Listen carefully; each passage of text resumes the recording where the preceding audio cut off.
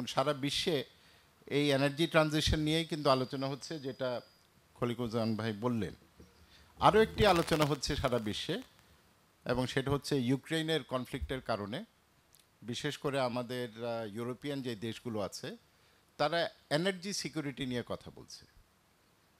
আমার মনে হয় আমাদের এই কনফারেন্স থেকে we should also give a very strong message on energy security. Europe যেভাবে দেখছে, আমাদের কথাটা হচ্ছে their energy security should not mean climate insecurity for the rest of the world. এটা কিন্তু একটা স্পষ্ট বার্তা আমাদেরকে দিতে হবে, বিকজ এটা কিন্তু একটা বৈশ্বিক বিষয়। অনেকে আপনারা বলতে পারেন যে বাংলাদেশের যে নিঃসরণ হয়, আমাদের যে গ্রিন হাউস গ্যাস এমিশন সারা পৃথিবীতে যা হয় তার 1/অর্ধেকও না। তো তারপরেও কেন আমরা মিটিগেশন নিয়ে কথা বলছি? বিকজ আমরা তো উই আর দ্য ভিকটিম, আমরা তো রিসিভিং এন্ডে, আমরা তো এই সমস্যা তৈরি করিনি। তো এই জায়গায় আমার মনে হয় আমাদের এই মঞ্চেরও কিছু কাজ করার দরকার আছে। আমরা যেমন বলছি এনার্জি ট্রানজিশন 100% রিনিউয়েবল সম্ভব, তার আগে আমাদের প্রশ্নটা যেটা করা উচিত যে কেন আমরা এই ট্রানজিশনটা করব, কেন নিয়ে কিন্তু আমরা আলাপ করি না। আমাদের আলাপটা হয়ে যাচ্ছে এটা সম্ভব কি সম্ভব না, is it feasible technically, technologically, কতটুকু প্র্যাকটিক্যাল, এটা নিয়ে আলোচনা হচ্ছে। সো যেই অংশটা এখন পর্যন্ত মিসিং সেটা হচ্ছে আমরা কেন করব। হ্যাঁ, আমরা এটা জাস্ট গ্রিন একুইটেবল সবই ঠিক আছে, but what is the business case? Does it make business sense?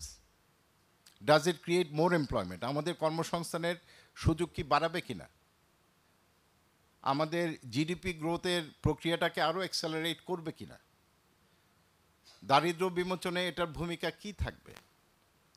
নারী, শিশু, মহিলা, যুব যারা আজকাল মার্জিনালাইজড, তাদের জন্য এটা কি বেনিফিট নিয়ে আসবে?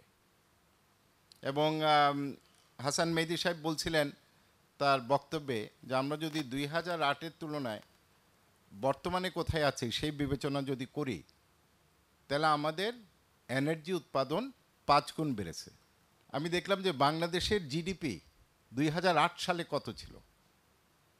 $90 বিলিয়ন। $90 বিলিয়ন 2008। 2023 বা 2022-এ এটা হয়ে গেছে 485 বিলিয়ন। দেখেন 5 গুণ। তার মানে এই যে এনার্জিটা, এবং এটা আপনারা যেভাবে আমাকে বুঝান না কেন যে এখন পর্যন্ত আমরা $8 বিলিয়ন আমাদের cost, but what has been the benefit of this energy security? এটা তো আমাকে দেখতে হবে। সো এই 8 বিলিয়ন যদি আমি ভর্তুকিটা না দিতাম, তাহলে কিন্তু আমার এই প্রবৃদ্ধিটা হতো না। আপনাদের সকলকে ধন্যবাদ। জয় বাংলা, জয় বঙ্গবন্ধু, চিরজীবী হোক।